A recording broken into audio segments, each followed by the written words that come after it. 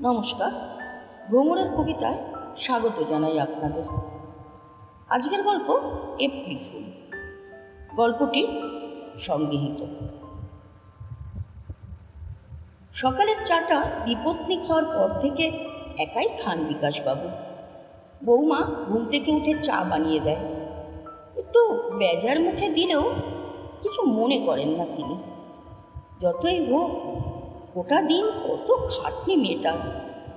একটা সংসার সামলানো কি চারটিখানি কথা? ছেলে সুপ্রতিষ্ঠিত, মোটা টাকা মাইনে পায়। বড় গর্ব হয়, মানুষের মতো মানুষ করে তুলেছেন তিনি ছেলেকে। আজ সকাল থেকেই ছেলে প্রচণ্ড ব্যস্ত অফিসের কাজে। 31 মার্চ আজ। রাতে শুনলেন ছেলে বউয়ের ঘর থেকে একটু কথা কাটাকাটির আওয়াজ। তেমন পাত্তা দিলেন না তিনি। ওসব একটু হতেই পারে স্বামী স্ত্রীর মধ্যে। পরদিন সকালে চাটা ছেলেই নিয়ে এলো।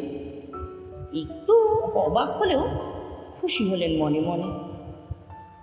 বৌমার শরীর খারাপ নাকি বাবা? না, আমার কিছু কথা ছিল তোমার সাথে। হ্যাঁ, বল না, আজকাল তো আর কথাই হয় না তোর সাথে। আসলে তোমার বৌমা, মানে আমাদের আর কি মনে হয় যে তোমার এখন একটু নিজের বয়সী লোকজনের সাথে থাকা উচিত। আর তাছাড়া তোমার বৌমাও আর এত চাপ নিতে পারছে না। হ্যাঁ, মেয়েটা খুব খাটে বটে, কিন্তু নিজের বয়সী বন্ধু আর পাই কোথায় বল বাবা? এই কমপ্লেক্সে তো কেউই নেই তেমন। আর যা দু একজন ছিল তারাও তো পটল তুলেছে। বাবা, আজ তোমাকে একটা ওল্ড এজ হোমে দিয়ে আসবো। আমরা দুজনেই ঠিক করেছি তুমি ওখানেই ভালো থাকবে। তোমার ব্যাগ গুছিয়ে দিচ্ছে তোমার বৌমা। কথাগুলো এক নিঃশ্বাসে বলেই ঘর থেকে বেরিয়ে গেল ছেলে। বিকাশবাবু প্রথমটা হতভম্ব হলেও তার বেশিক্ষণ লাগলো না বুঝতে যে আজ তো 1 এপ্রিল। ছেলে তো তাকে বোকা বানাচ্ছে। কি সুন্দর অভিনয় করে গেল। হাসলেন একটু তিনি।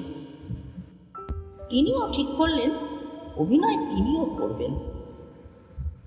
কাঁদার অভিনয় করা কি কঠিন? গাড়িতে বসে মনে মনে হাসলেন তিনি। গম্ভীর মুখে গাড়ি চালাচ্ছে ছেলেটা।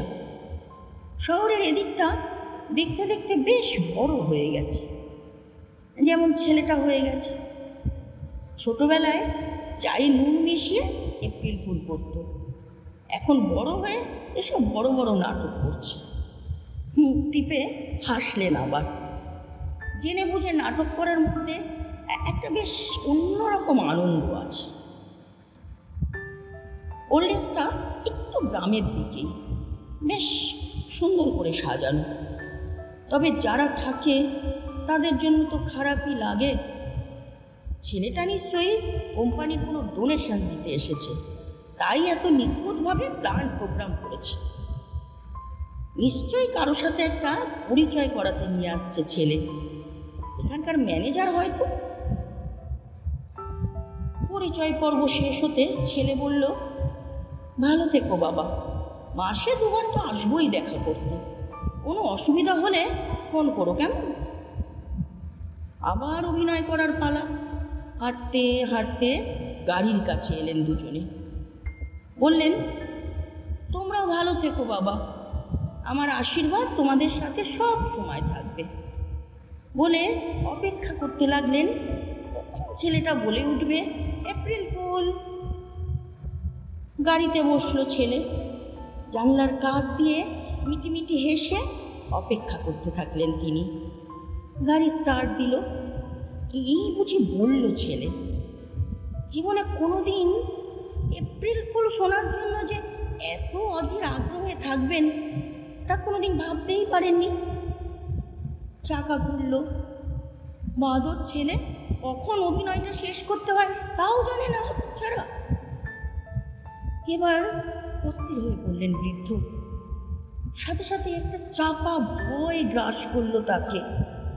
ডেকে উঠলেন এবার থাকতে না পেরে, চিৎকার করে উঠলেন, এপ্রিল ফুল বলে আমায় নিয়ে চল হতচ্ছাড়া। কান রইল এপ্রিল ফুল শোনার অপেক্ষায়।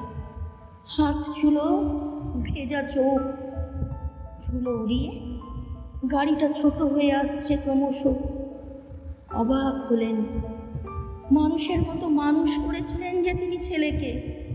দমকা হাওয়ায় লাল মাটির ধুলো আছড়ে পড়ল বিকাশবাবুর গায়ে, যেন বলে গেল, এপ্রিল ফুল।